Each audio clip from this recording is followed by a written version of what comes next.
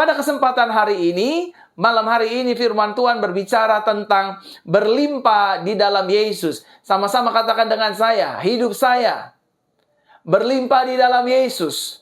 Keluarga saya berlimpah di dalam Yesus.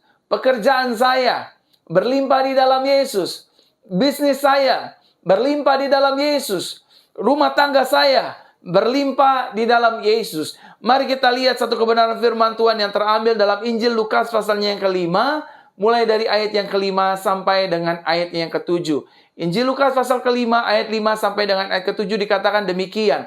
Simon menjawab kepadanya, "Guru, sepanjang malam kami telah bekerja keras dan tidak memperoleh apa-apa. Tetapi karena perintahmu, aku akan menebarkan jala ini." Dan setelah melakukan hal itu, mereka menangkap sejumlah besar ikan dan jala mereka pun mulai koyak. Lalu mereka memberi isyarat kepada teman-teman mereka yang ada di perahu lain agar datang membantu mereka. Mereka pun datang lalu mengisi kedua perahu itu dengan ikan sehingga kedua perahu itu hampir tenggelam. Amin untuk pembacaan kebenaran firman Tuhan. Bapak, Ibu, Saudaraku terkasih dalam Tuhan, di malam hari ini mengalami kelimpahan di dalam Yesus adalah satu kepastian. Sama-sama katakan dengan saya, di dalam Yesus hidup saya pasti mengalami kelimpahan. Amin. Di dalam Yesus pekerjaan saya pasti mengalami kelimpahan. Di dalam Yesus pelayanan saya pasti akan mengalami kelimpahan. Saudara dan saya yang tinggal di dalam Yesus, bukan hanya Bible mencatat dan mengatakan bahwa kita adalah ciptaannya yang baru, tetapi di dalam Yesus saudara dan saya akan mengalami kemenangan, akan mengalami sorak-sorai, akan mengalami sukacita, akan dipenuhi dengan damai sejahtera, dan di dalam Yesus hidup saudara dan saya akan mengalami kelimpahan setiap hari. Sama-sama katakan dengan saya akan mengalami kelimpahan di dalam Yesus. Amin. Pertanyaan besarnya begini, mengapa di dalam Yesus kita mengalami kelimpahan? Karena yang pertama yang Tuhan ajarkan atas hidup saya, yang untuk saya bagikan kepada Bapak Ibu Saudara sekalian. Yang pertama, karena memang Yesus adalah pencipta dunia ini. Dia adalah Tuhan yang menciptakan dunia ini. Bible mencatat dalam kitab Kejadian pada mulanya adalah firman. Firman itu bersama-sama dengan Elohim. Bible mencatat dalam kitab Yohanes pada mulanya adalah firman. Saya koreksi Bapak Ibu Saudara. Dan di kitab Kejadian berkata, berfirmanlah Elohim, berfirmanlah Elohim, berfirmanlah Elohim. Dan firman itu sudah menjadi manusia, penuh dengan kasih karunia dan kebenaran Bapa di surga. Itu artinya bahwa Dia adalah Tuhan yang menciptakan hidup kita, menciptakan dunia ini. Oleh karenanya, apa yang menjadi milik Tuhan menjadi milik kita. Amin, Bapak Ibu Saudara. Apa yang Tuhan sediakan pun menjadi bagian dalam kehidupan kita. Sama-sama katakan dengan saya, hidup saya dilimpahi. Amin, Bapak Ibu Saudara. Saudara dan saya mengalami kelimpahan-kelimpahan Tuhan. Dan yang kedua, mengapa di dalam Kristus kita mengalami kelimpahan? Karena Yesus adalah sumber kehidupan bagi umat manusia. Khususnya bagi mereka yang percaya. Ketika kita lapar, Tuhan mencukupkan kita. Tuhan memberi kita makan. Ketika kita haus, Tuhan memberikan kita minum. Ketika kita sedang dalam keadaan tersesak, tertekan, bergumul, Tuhan memberikan kita kelegaan. Ketika kita menghadapi jalan-jalan buntu, pergumulan, masalah, persoalan, hal-hal yang lainnya, Tuhan menyediakan pintu-pintu yang baru, berkat-berkat yang baru, pertolongan yang baru, sehingga pada akhirnya kita boleh melihat dan merasakan hidup kita bukan hanya disayang Tuhan, hidup kita bukan saja disertai Tuhan, tapi hidup kita disertai dengan kelimpahan, pertolongan, dan mujizatnya. Yang setuju katakan amin. Sama-sama katakan dengan saya, Yesus adalah sumber kehidupan saya. Amin. Dia sumber kesembuhan kita, Dia sumber pemulihan kita, Dia sumber berkat kita. Tanpa Yesus kita bukan apa-apa. Saudaraku terkasih dalam Tuhan, mengapa di dalam Yesus kita mengalami kelimpahan? Yang ketiga, karena Yesus adalah Tuhan yang penuh dengan kepastian. dia tidak berdosa, dia pasti menggenapi firman-Nya. Bahwa aku datang untuk memberikan domba-dombaku hidup, yaitu hidup dalam kelimpahan. Sama-sama katakan dengan saya diberi kelimpahan oleh Tuhan. Saya disertai oleh Tuhan. Saya diberkati oleh Tuhan. Saya mengalami hal-hal baik bersama dengan Tuhan. Saudaraku terkasih dalam Tuhan. Kalau hari-hari ini saudara sedang ditekan dengan masalah. Kalau hari-hari ini saudara sedang menghadapi situasi pergumulan yang cukup berat. Ingatlah, Yesus memberikan kita kelimpahannya. Yesus memberikan kita pertolongannya. Yesus memberikan kita jawabannya. Yesus memberikan kita jalan keluarnya. Sehingga di dalam Yesus, kita tidak lagi mengalami ketakutan dan kekhawatiran yang terus menekan aspek hidup kita. Tetapi kita tenang, kita percaya Tuhan di pihakku, tidak akan meninggalkanku. Dia menolongku, menolong keluargaku, menolong bisnisku, menolong usahaku. Dan apa saja yang kukerjakan bersama dengan Yesus, pasti dia buat untuk menjadi berhasil, untuk kemuliaan nama Tuhan. Dan langsung saja saya ingin mengajak Bapak Ibu Saudara untuk melihat kebenaran firman Tuhan lebih dalam lagi. Saya masuk dalam inti firman Tuhan pada tema malam hari ini, hidup dalam kelimpahan berkat Yesus. Bagaimana kelimpahan tersebut dapat terjadi dalam kehidupan kita? Bukankah ini yang menjadi pertanyaan dari setiap kita? Bagaimana pastor, bagaimana Pak Gembala, hidup kita pada akhirnya dapat mengalami kelimpahan dalam Kristus? Yang pertama, mari kita lihat ayat yang kelima. Dikatakan demikian dalam terjemahan Indonesia Modern Bible. Simon menjawab kepadanya, "Guru, sepanjang malam kami telah bekerja keras dan tidak memperoleh apa-apa, tetapi karena perintahmu, aku akan menebarkan jala ini." Yang pertama, bagaimana kelimpahan tersebut dapat terjadi dalam kehidupan kita? Yang pertama, ketika kita mulai menyadari perkataan Yesus. Simon Petrus mulai menyadari perkataan Yesus yang penuh dengan kuasa, penuh dengan tanda-tanda heran, penuh dengan mujizat, dan penuh dengan pemulihan. Ketika Petrus mulai menyadari firman-Nya, dan dia tidak hanya sadar dengan pengalamannya, dengan pribadinya, bukan dengan pengalamannya, dia sadar Tuhan berkata, "Simon, tebarkanlah jalamu ke sebelah kanan, dan tolakkan perahumu agak dalam." Petrus mulai melakukan apa yang Yesus perintahkan. Dia tebar jalannya ke kanan. Saudara, apa yang terjadi? Jala Petrus dipenuhi dengan banyak ikan. Kalau hari ini saudara ingin hidup dalam kelimpahan, saudara ingin rumah tangga saudara berlimpah-limpah, bisnis saudara berlimpah-limpah, usaha saudara mengalami kelimpahan. Kelimpahan di sini bertujuan untuk kemuliaan nama Tuhan. Bukan untuk menjadikan kita pribadi yang sombong, pribadi yang arogan, pribadi yang mau menang sendiri, pribadi yang paling merasa diri hebat. Tidak. Kita mengalami kelimpahan, kita diperkaya, kita mengalami terobosan, mengalami pemulihan ekonomi karena bertujuan untuk mempermuliakan nama Tuhan kita, yaitu Tuhan Yesus Kristus. Yang setuju katakan amin. Simon Petrus menyadari bahwa perkataan Yesus penuh dengan kuasa. Kalau hari ini Tuhan berkata kepada saudara, jangan takut, maka saudara jangan takut. Kalau hari ini Tuhan berkata, jangan khawatir, jangan khawatir. Kalau hari ini Tuhan berkata atas hidup saudara, tetaplah percaya.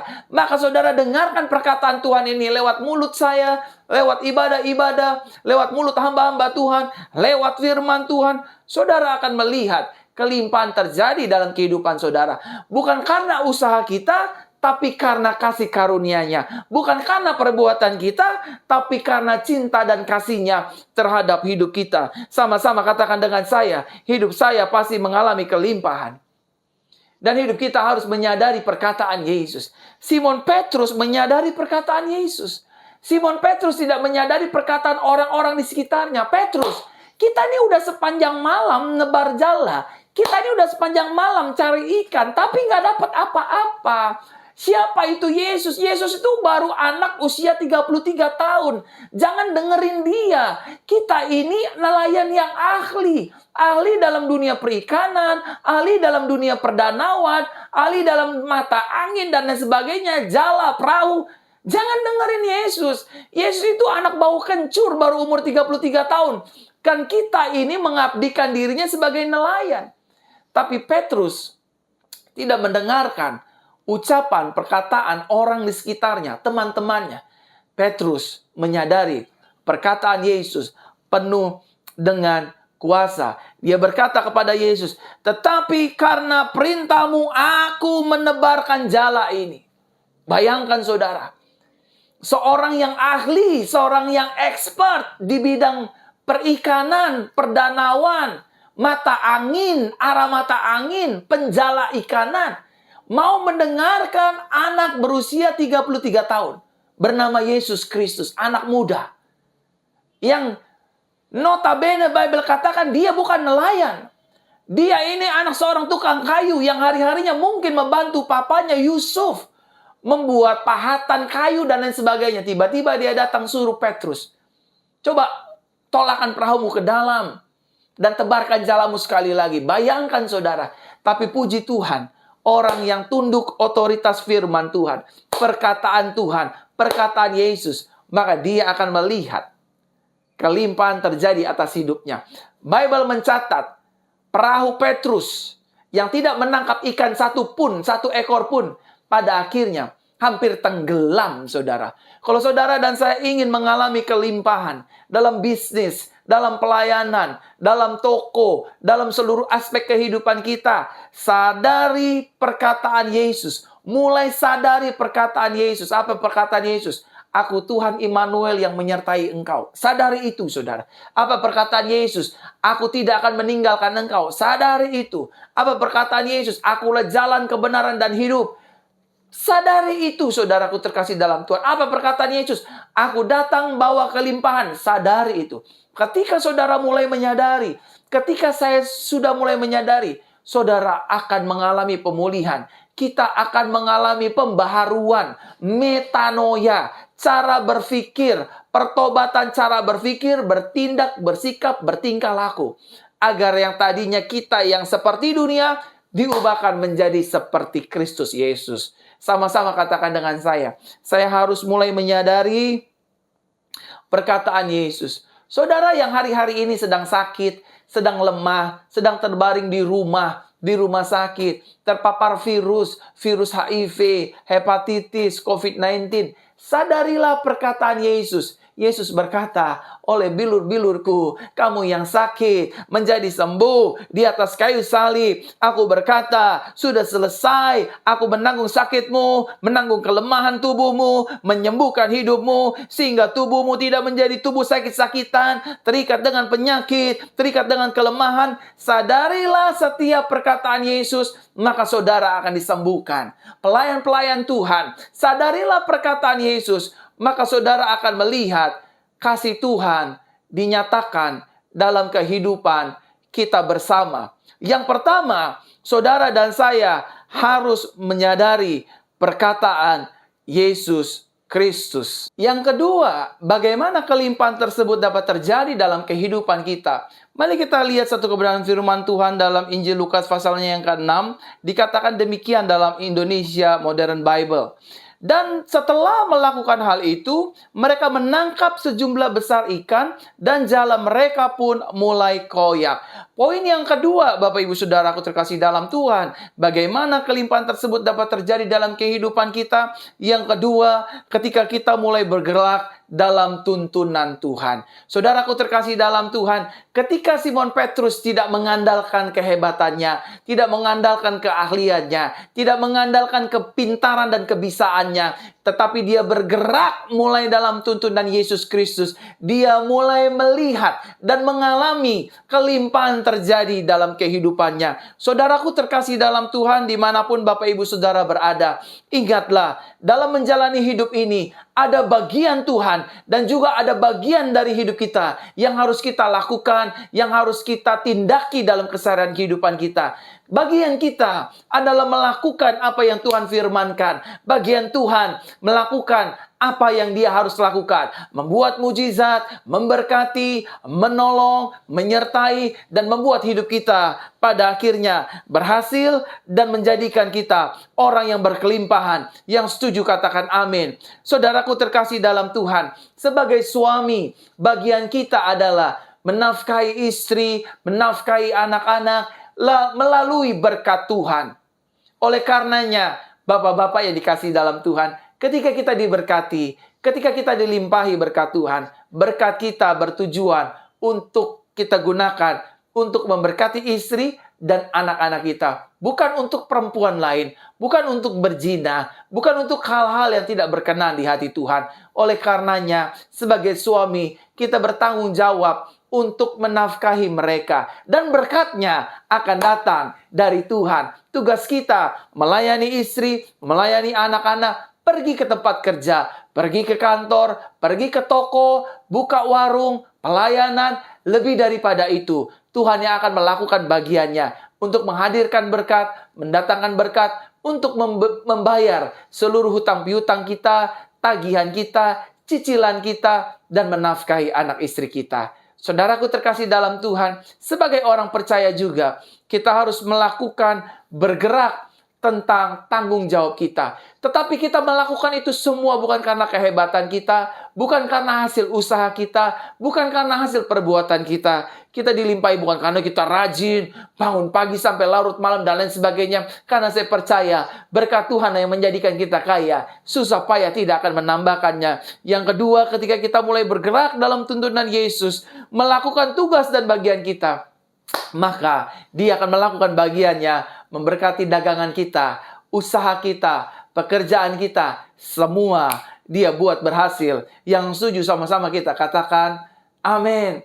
Dan yang ketiga, yang terakhir Bapak Ibu Saudara, bagaimana kelimpahan tersebut dapat terjadi dalam kehidupan kita? Mari kita lihat dalam Injil Lukas pasal yang kelima ayat yang ketujuh dalam terjemahan Indonesia Modern Bible.